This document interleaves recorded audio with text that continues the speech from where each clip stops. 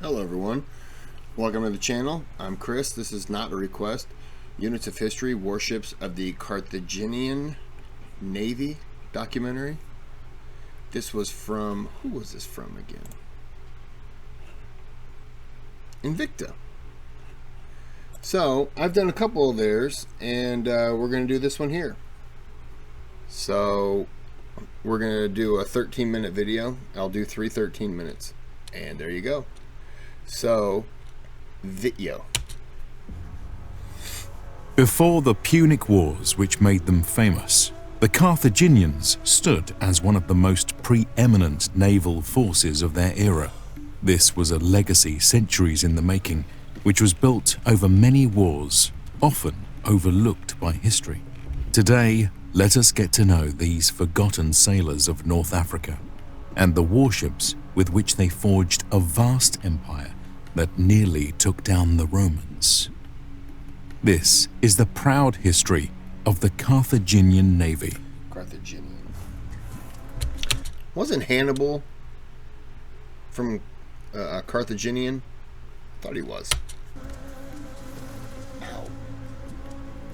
Naval history often takes a back seat in most discussions of the past, which is a shame considering its huge importance.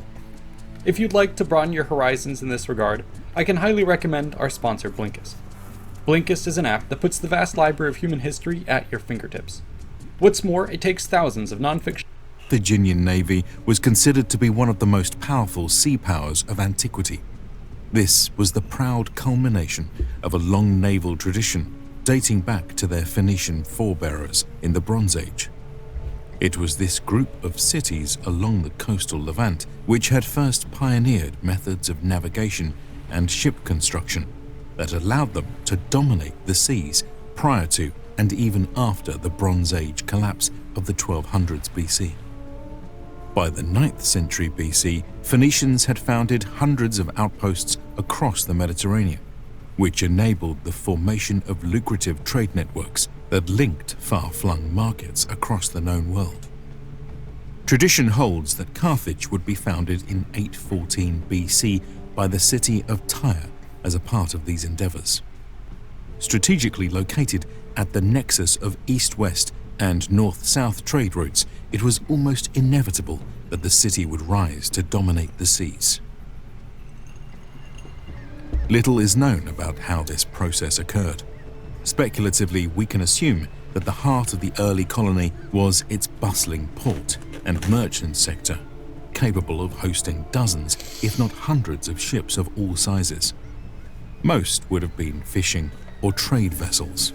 Yet it seems likely that at some point the young nobility of Carthage would have seen fit to begin equipping their ships for battle in the same manner as their Phoenician home cities with which they kept regular contact.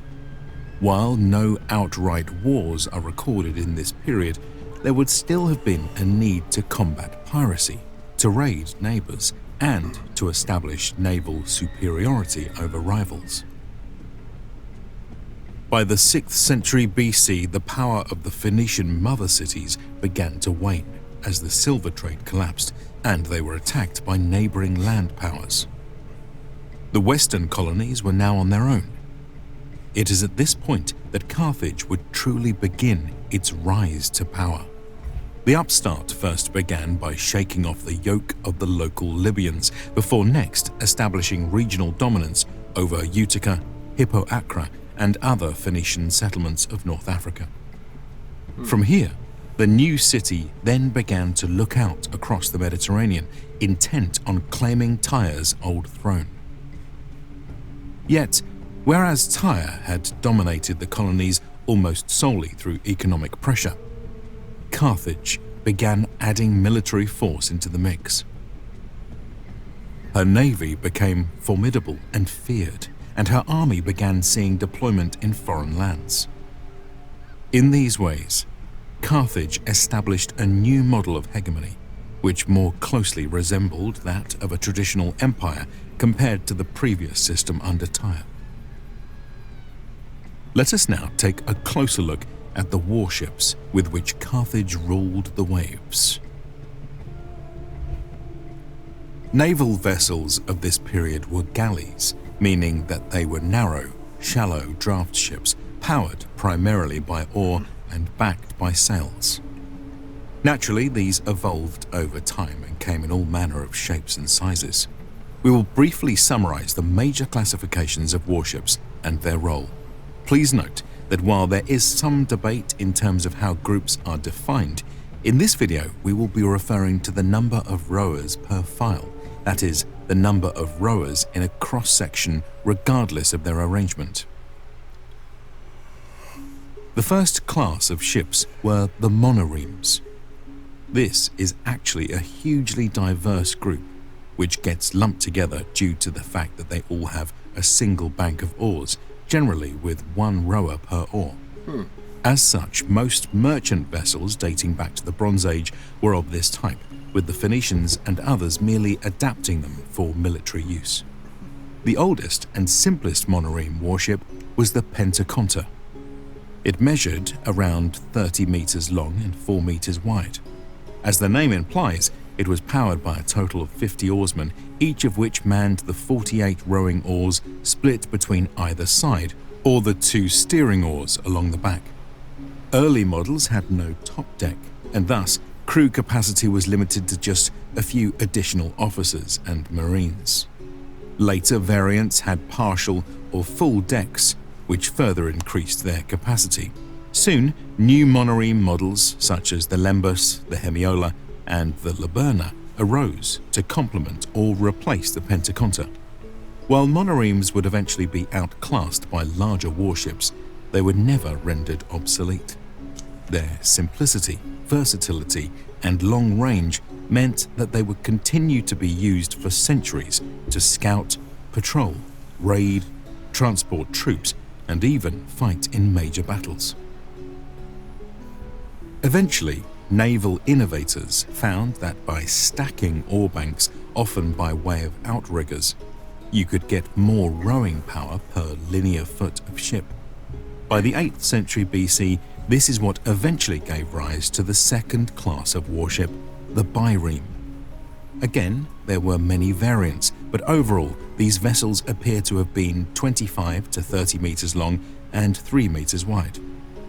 Thus, for the same relative dimensions of a monoreme, a bireme could now boast roughly 120 oars split between 2 sides. These would be manned by 120 rowers in addition to a few officers, sailors, and marines.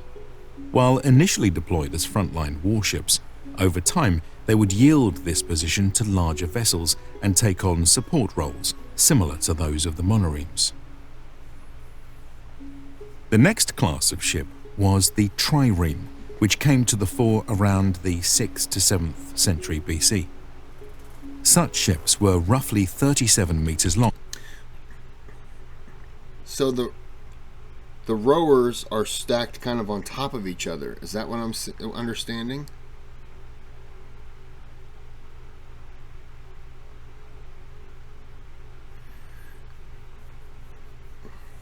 I don't know. I hope I'm understanding it. Decked and had 170 oars split between 3 banks of rowing oars on either side and steering oars in the back. Total crew capacity is estimated at 170 rowers, 25 sailors, 5 officers, and about a dozen marines, including 2 archers. They could reach a high speed of about 8 knots and hold a steady 4 knots for long periods of time. Properly constructed and equipped, they would serve as fast and nimble warships. Triremes featured in virtually all major naval actions of antiquity and were the true workhorse of the period. Yet, by the 4th century BC, naval powers of the Mediterranean would begin fielding a new class of ship, the quadrireme. Reportedly invented by the Carthaginians, it was about 40 meters long, 5 meters wide, and featured 4 rowers per file. Whereas previous ships had followed the pattern of 1 man per oar, the quadrireme began to share oars between rowers who were typically distributed across 2 or 3 levels. This is believed to have occurred due to the fact that 4 independently operated oars would be impractical to build and even more difficult to coordinate. The shared oar approach allowed more manpower to be utilized whilst lowering the average skill required by each rower. Based on Rhodian records, they typically boasted 240 rowers, 25 to 30 sailors, and 5 officers, with a fighting complement of 19 marines, 6 archers, and 2 artillerymen. Many navies used them as their main frontline warship.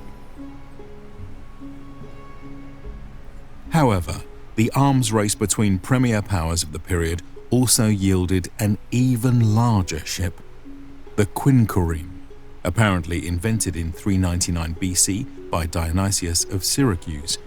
It was 45 meters long, 5 meters wide, and featured 5 rowers per file. Their arrangement also used shared oars, this time spread across 3 levels in a 1-2-2 pattern. The Carthaginians apparently built their quinqueremes with a separated oar box for rowers, which improved ventilation whilst expanding the deck size and allowing the hull to be better reinforced. There were roughly 30 files on either side of the ship, for a total of 180 oars manned by 300 rowers. The total crew included about 25 sailors, 6 officers, 70 to 120 marines, and at times artillerymen. Fully decked, sitting 3 meters above the water, boasting a formidable complement of fighters, and at times sporting towers, quinqueremes were widely hailed as the premier warships of their time. Consequently, they formed the bulk of the Carthaginian navy at its prime. But how were these ships built? Understandably, construction was a massive endeavor, given the scale and complexity of such vessels. Timber needed to be felled, transported, and cut to size, while nails had to be made, rams cast, sails sewn, and on and on. Once components had been procured, assembly could begin. The hull came first. Why didn't they just go down to the hardware store and get all the stuff they needed? Followed by the rowing bench. You don't think about that. All the stuff that you needed to build it, you gotta make it. You need the nails, you gotta make them. You need someone who can forge them.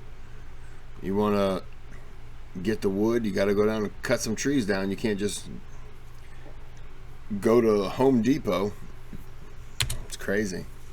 Which is the rowing oars, the interior, the mast, the deck, the sails, the rigging, the steering oars, and the anchor.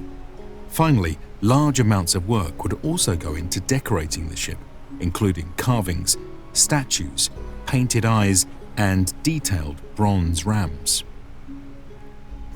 Such a process was extremely labor-intensive and costly.